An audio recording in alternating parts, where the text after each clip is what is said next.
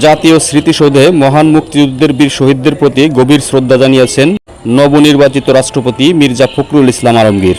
আজ শনিবার সকাল 10:30টার দিকে জাতীয় স্মৃতিসৌধে পুষ্পস্তবক অর্পণের মাধ্যমে মুক্তিযুদ্ধের বীর শহীদদের প্রতি শ্রদ্ধা নিবেদন করেন তিনি। পুষ্পস্তবক অর্পণের পর রাষ্ট্রপতি কিছুক্ষণ নীরবে দাঁড়িয়ে শহীদদের স্মৃতির প্রতি শ্রদ্ধা জানান। এ সময় 3 বাহিনীর একটি সুসজ্জিত দল তাকে গার্ড অব অনার প্রদান করেন। শ্রদ্ধা নিবেদন শেষে রাষ্ট্রপতি জাতীয় স্মৃতিসৌধের পরিদর্শন করে নিজের অনুভূতি ব্যক্ত করে স্বাক্ষর করেন। পরে স্মৃতিসৌধ প্রাঙ্গণে উদয়পদ্ম নামে একটি গাছের চারা রোপণ করেন তিনি। রাষ্ট্রপতির সফরকে কেন্দ্র করে জাতীয় স্মৃতিসৌধ ও আশেপাশের এলাকায় নেওয়া হয় কঠোর নিরাপত্তা ব্যবস্থা।